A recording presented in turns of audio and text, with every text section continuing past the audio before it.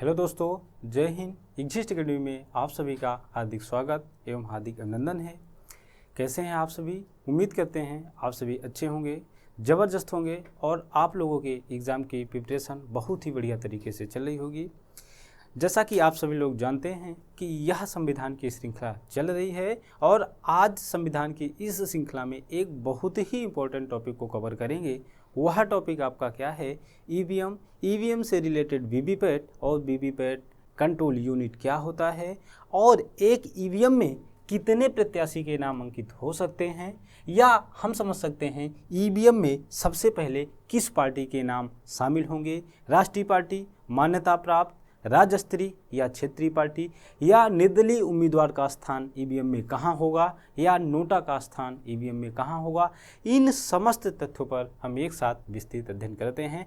आप लोग अच्छे से तैयार हो जाइए। आइए शुरुआत करते हैं। सबसे पहले समझते हैं ईवीएम क्या होता है। तो सबसे पहले हमें यह ध्यान देना है कि ईवीएम इलेक्ट्रॉनिक वोटिंग मशीन होती है। एक इलेक्ट्रॉनिक वोटिंग मशीन है जिसके द्वारा हम या आम व्यक्ति या सभी व्यक्ति द्वारा इससे अपने वोट को दिया जाता है, या कोई भी मतदाता अपने मत को इसी ईवीएम के माध्यम से देता है। क्लियर हुई बातें?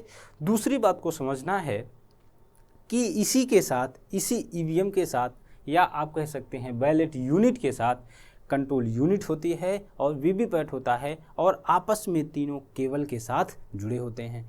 तो यहाँ पे दूसरी बात को समझना यह है कि यह जो बैलेट यूनिट होती है, बैलेट यूनिट का काम होता है कि इससे कोई भी व्यक्ति अपने मत को देता है। तो कंट्रोल यूनिट का काम क्या होता है? किसी भी चीज़ को नियंत्रित करने का काम, कंट्रोल करने का काम कौन करता है? कंट्रोल यूनिट करता है। और कंट्रोल यूनिट किसके पास होती है? तो यह मतदाता या मतदान अधिकारी के पास सुरक्षित रखी होती है। दोनों के बीच में वीवीपैट का काम क्या होता है? तो वीवीपैट को सबसे पहले समझना है कि क्या होता है। इसे हम बोलते हैं voter verifiable paper audit trail. VVPAT क्या होता है? तो यह एक सत्यापन प्रिंटर मशीन होती है। इसका काम क्या होता है? इसका काम यह होता है कि जैसे मान लीजिए कोई एक व्यक्ति है, जैसे मान लीजिए हम एक व्यक्ति हैं और हमने 3 नंबर के प्रत्याशी को वोट दिया। 3 नंबर पे कौन दिखाई दिया? कांग्रेस दिखाई दिया। तो इसी को सत्यापित करने का काम करता है कौन? वीवीपैट। इसका मतलब है कि हम कांग्रेस को वोट दिए, यह सही है या गलत है, उसी को बताने का काम कौन करता है? वीवीपैट करता है। वीवीपैट पर एक 7 सेकंड की पर्ची बनती है और वह पर्ची मतदाता को नहीं दिया जाता है। वह पर्ची बाद में वीवीपैट के ड्रॉप बॉक्स में गिर जाती है। तीनों बातें समझ में आई? हम आपको सिर्फ इतना सा भी समझाए कि ईवीएम के 2 भाग होते हैं। एक बैलेट यूनिट होता है जिससे मतदाता अपने मत को देता है। दूसरा होता है कंट्रोल यूनिट जो मतदान अधिकारी के पास रखा होता है। तीसरी बातें इसी में वीवीपैट क्या होती है? तो वीवीपैट होता है कि जो व्यक्ति जो वोट दिए हैं उसी को सत्यापित करने का काम करता है वीवीपैट।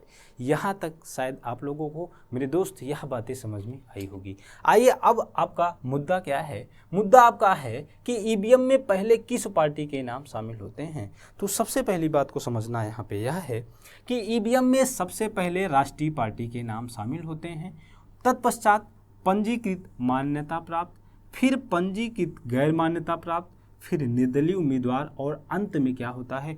नोटा होता है। जैसे कि यहाँ पे आप देख पा रहे होंगे, ये आपका ईवीएम की बैलेट यूनिट है। सबसे पहले बीजेपी, बीएसपी, कांग्रेस, ये सभी आपके राष्ट्रीय पार्टी के अंतर्गत आते हैं। तो पहले राष्ट्रीय पार्टी का, उसके बाद इसी तरीके से दूसरे नंबर पे पंजीकृत मान्यता प्राप्त आएगा। तीसरे नंबर पे पंजीकृत गैर मान्यता प्राप्त का मतलब होता है ऐसी पार्टियां जो चुनाव आयोग के पास पंजीकृत हैं लेकिन मान्यता अभी उनको नहीं मिल पाई है। आप यह कह सकते हैं कि कोई व्यक्ति, जैसे हम ही एक व्यक्ति हैं, हमारी कोई पार्टी है और उस पार्टी को हमने पंजीकृत करवा दिया है चुनाव आयोग के पास, लेकिन मान्यता नहीं मिल पाई है क्योंकि पार्टियों की मान्यता के लिए उसका कुछ दायरा होता है, उसको नेक्स्ट वीडियो में चर्चा करेंगे कि वहाँ पे क्या मैटर होता है। किसी भी लोकसभा के लिए 2% सीटें होती हैं या 6% मतदान होता है, तब जाकर के वह पार्टी राष्ट्रीय पार्टी के अंतर्गत आती है या मान्यता मिलती है। तीसरी बात को समझना है कि तीसरे नंबर पे आएंगे आपके निर्दलीय उम्मीदवार और 5वें नंबर पे, 5वें का मतलब होता है कि सबसे लास्ट में यह जो 16वां नंबर होता है, 16वां नंबर सिर्फ और सिर्फ किसका होता है? 16वां नंबर मेरे दोस्त सिर्फ नोटा का होता है। 16वां नंबर किसी प्रत्याशी का नहीं, यहाँ पे सिर्फ नोटा का होता है। और हाँ, यदि नोटा से रिलेटेड आपका कोई कॉन्सेप्ट, कोई भी यदि नोटा से रिलेटेड यदि किसी भी प्रकार का मन में कोई डाउट है तो आप एग्जिस्ट एकेडमी के यूट्यूब चैनल पर नोटा की कंप्लीट क्लास पढ़ी है और वहां से आप अच्छे से समझ सकते हैं। नोटा का मतलब होता है नन ऑफ द एबव, मतलब कि जितने भी बैलेट यूनिट में ईवीएम में प्रत्याशी दिखाई दे रहे हैं हमको नहीं पसंद है, अर्थात हम 16वें नंबर पर क्लिक करेंगे, अर्थात मुझे प्रत्याशी कोई नहीं पसंद है। और यह जो नोटा होता है, यहाँ पे रेड कलर की ए आपकी बटन दिखाई दे रही है, आप रेड इसको नहीं कह सकते हैं, यहाँ पे गुलाबी रंग की बटन होती है। क्लियर हुई बातें? तो यह ईवीएम का क्या होता है? एक शेड्यूल होता है। आइए दूसरी बात को समझते हैं, कौन कौन सी पार्टियां राष्ट्रीय पार्टी हैं। तो राष्ट्रीय पार्टी अभी मेरे भाई वर्तमान में 6 हैं। कौन कौन सी हैं? एक आपका आम आदमी पार्टी है, आप कह सकते हैं आम आदमी पार्टी, और इसका चुनाव चिन्ह क्या है? झाड़ू है।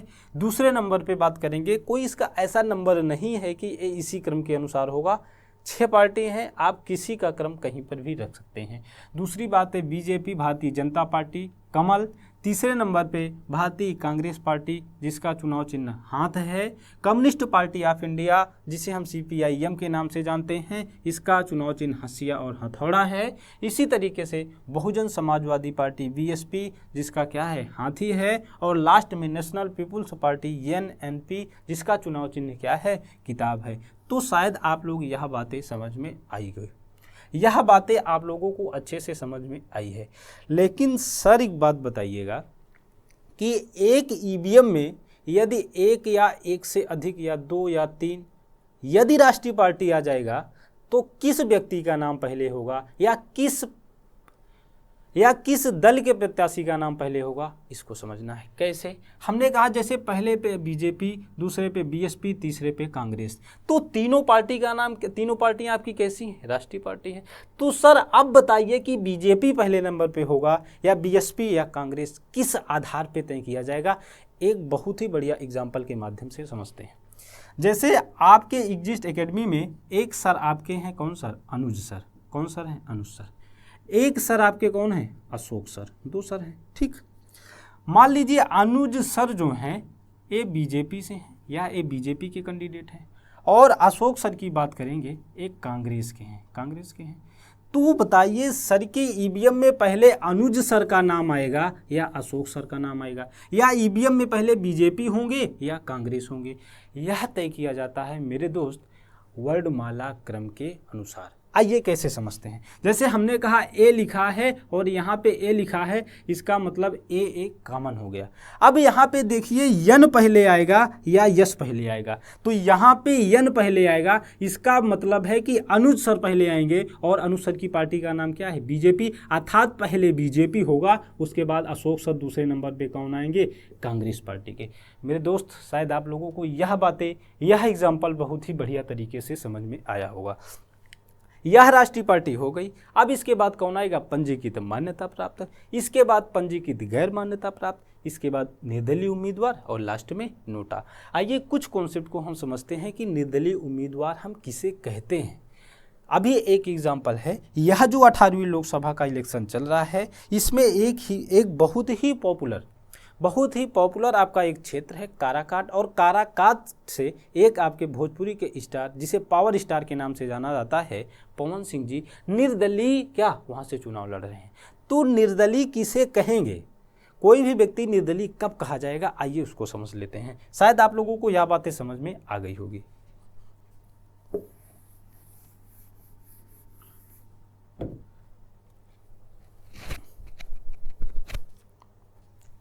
आइए समझते हैं निर्दलीय उम्मीदवार।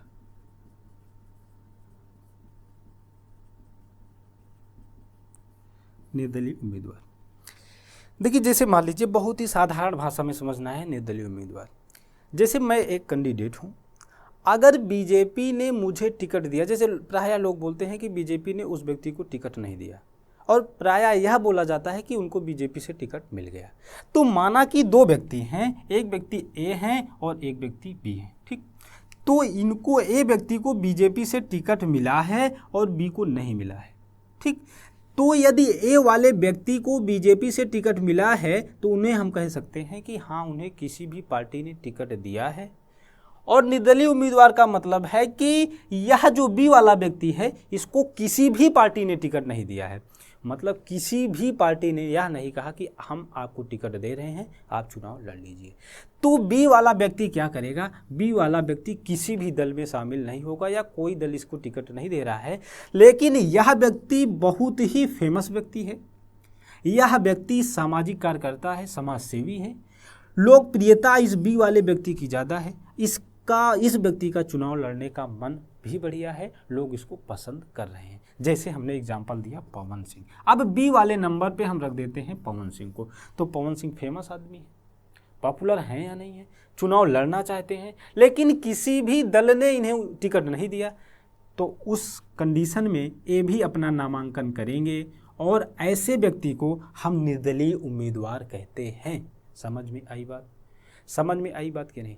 और एक बहुत ही इम्पोर्टेंट फैक्ट को समझना है, जो व्यक्ति किसी भी पार्टी से होते हैं उनको कैसे जानेंगे कि यह व्यक्ति पार्टी से है, और पवन सिंह को कैसे जानेंगे कि ये किसी भी पार्टी से नहीं है या किसी भी दल द्वारा टिकट नहीं दिया गया है।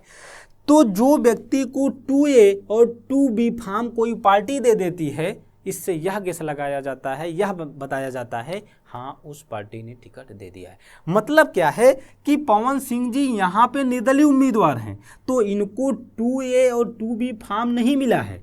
जिस व्यक्ति को 2A 2B फॉर्म नहीं मिलता है वह व्यक्ति निर्दलीय माना जाता है, और जो व्यक्ति को 2A 2B फॉर्म मिलता है उसे माना जाता है हाँ, किसी दल ने टिकट दिया है। क्लियर हुई बातें? अब आइए बात को समझ लेते हैं, 2A क्या है, 2B क्या है। देखिए, किसी भी व्यक्ति को टिकट देने के लिए देखिए 2A का प्रयोग लोकसभा इलेक्शन में किया जाता है और 2B का प्रयोग विधानसभा में किया जाता है। तो 2A फॉर्म जब मिलता है किसी व्यक्ति को तो वह लोकसभा के इलेक्शन के लिए होता है, और 2B जब फॉर्म मिलता है तो वह विधानसभा के लिए होता है। क्लियर हुई बातें?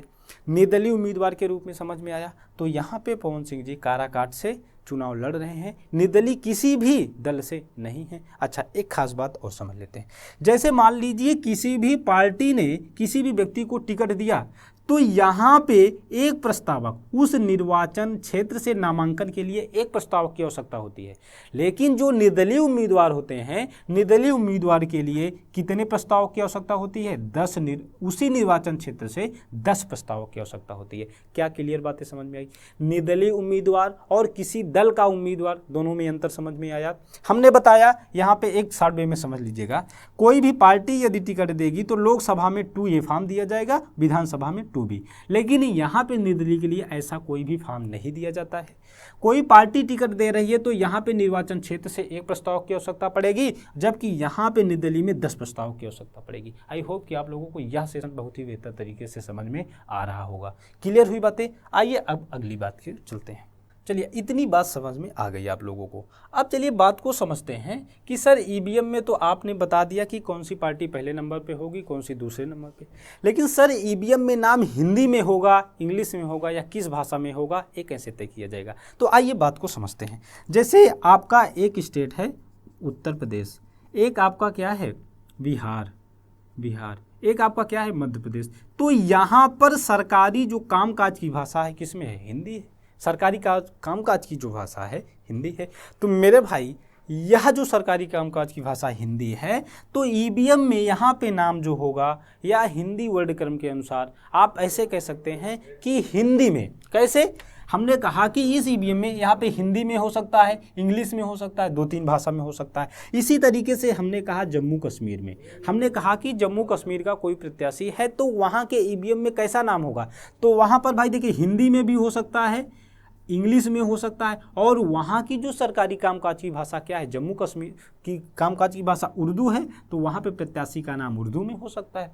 इसी तरीके से हम बात करेंगे तमिलनाडु की, तो तमिलनाडु में सरकारी कामकाज की भाषा क्या है, तमिल है। इसका मतलब वहाँ पे हिंदी भी मिलेगा, इंग्लिश भी मिलेगा, आपको तमिल में भी मिल जाएगा। इसी तरीके से दिल्ली, कोलकाता, बेंगलुरु की बात करते हैं, मुंबई की बात करते हैं, तो यहाँ पर सरकारी कामकाज की भाषा देखिए इंग्लिश भी हो सकती है, हिंदी भी हो सकती है, और उस क्षेत्र विशेष में हो सकता है ज़्यादा बोलने वाले लोग इंग्लिश में हो, तो इसलिए यहाँ पर इंग्लिश हो सकता है, हिंदी हो सकता है, और या उस क्षेत्र में सर्वाधिक बोली जाने वाली भाषा का नाम हो सकता है। क्लियर हुई बातें?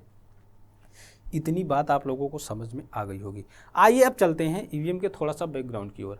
और यदि ईवीएम, वीवीपैट और बैलेट यूनिट का कंट्रोल यूनिट का यदि संपूर्ण वीडियो चाहिए तो आप एग्जिस्ट एकेडमी के यूट्यूब चैनल पर जाएंगे और वहाँ पे इसकी क्लास पड़ी हुई है। और हाँ, ईवीएम की यह क्लास आप लोग 1,10,000 व्यूज़ पहुंचाने के लिए तहे दिल से आप लोगों का आभार है। आइए अब आगे चलते हैं, समझते हैं। देखिए ईवीएम का प्रयोग पहली बार कब किया गया, तो ईवीएम का पहली बार प्रयोग 1982 के केरल के पाराऊर विधानसभा में या पारूर विधानसभा में किया गया था, 50 मतदान केंद्रों पर। जब केरल के 50 मतदान केंद्रों पर इसका प्रयोग किया गया था तो इसकी लोकप्रियता बढ़ी थी, इसका कामकाज अच्छा हुआ, तो लोगों ने कानूनी मान्यता उठाने लगी। मतलब लोगों का कहना यह था कि यह ईवीएम सही है, इसको कानूनी रूप दिया जाए।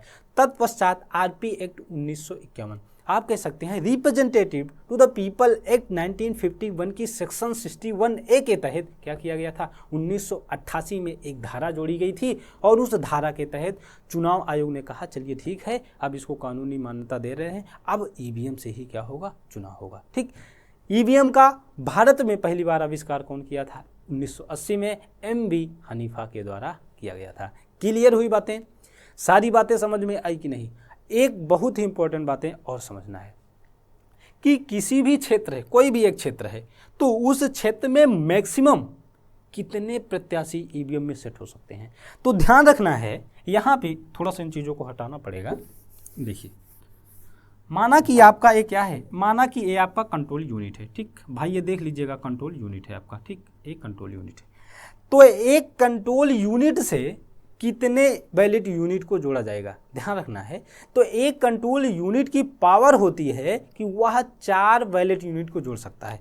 मतलब कि एक बैलेट यूनिट में 16 कैंडिडेट, तो 4 बैलेट यूनिट में 4 कंट्रोल यूनिट की बात करेंगे, तो यहाँ पे ये जो आपकी कंट्रोल यूनिट दिखाई दे रही है, एक कंट्रोल यूनिट में आप लगा सकते हैं 64 प्रत्याशी। कैसे? हमने कहा कि यहाँ बैलेट यूनिट में कितने कैंडिडेट, 16, तो एक कंट्रोल यूनिट जो होती है 4 बैलेट यूनिट को संभाल सकती है। इसका मतलब 64 कैंडिडेट को संभाल सकता है। क्लियर हुई बातें? मैक्सिमम कितने हो सकते हैं, मैक्सिमम 64 प्रत्याशी हो सकते हैं, या एक कंट्रोल यूनिट के साथ 4 बैलेट यूनिट लगाए जा सकते हैं। क्लियर हुई बातें? एक बात और ध्यान देना है, एक बात और समझना है। आइए अगली बात क्या समझना है, अगली बात ध्यान देना है। जैसे मान लीजिएगा किसी भी क्षेत्र में 64 से ज़्यादा प्रत्याशी हो जाएं, किसी भी क्षेत्र में 64 से ज़्यादा यदि प्रत्याशी हो जाते हैं तो क्या होगा। जैसे मान लीजिए कोई एक क्षेत्र है, यहाँ पे 75 लोग क्या कर रहे हैं, चुनाव लड़ रहे हैं। किसी भी क्षेत्र में यदि 64 से ज़्यादा लोग चुनाव लड़ रहे हैं तो क्या किया जाएगा, उस समय चुनाव आयोग अपना क्या करेगा, डिसीजन लेगा कि चुनाव किस तरीके से करवाया जा सकता है, या उस समय यह कहा जा सकता है कि चुनाव आयोग बैलेट पेपर पे चुनाव करवा सकता है, ऐसा उसके पास पावर होती है। मेरे कहने का मतलब मेरे दोस्त यह है कि 64 उम्मीदवार से ज़्यादा यदि उम्मीदवार हो जाते हैं तो उस जगह चुनाव आयोग द्वारा कैसे, बैलेट पेपर पर कराए जा सकते हैं। कैसे? बैलेट पेपर पर कराए जा सकते हैं। क्लियर हुई बातें? क्लियर हुई बातें? मेरे हिसाब से यह सेशन मेरे दोस्तों आप लोगों को बहुत ही बढ़िया तरीके से समझ में आया है। बहुत ही बढ़िया तरीके से यदि यह सेशन समझ में आया है तो इतनी गर्मी में मेहनत करने के लिए एक लाइक, एक सब्सक्राइब और कमेंट ज़रूर करें। Okay, thank you.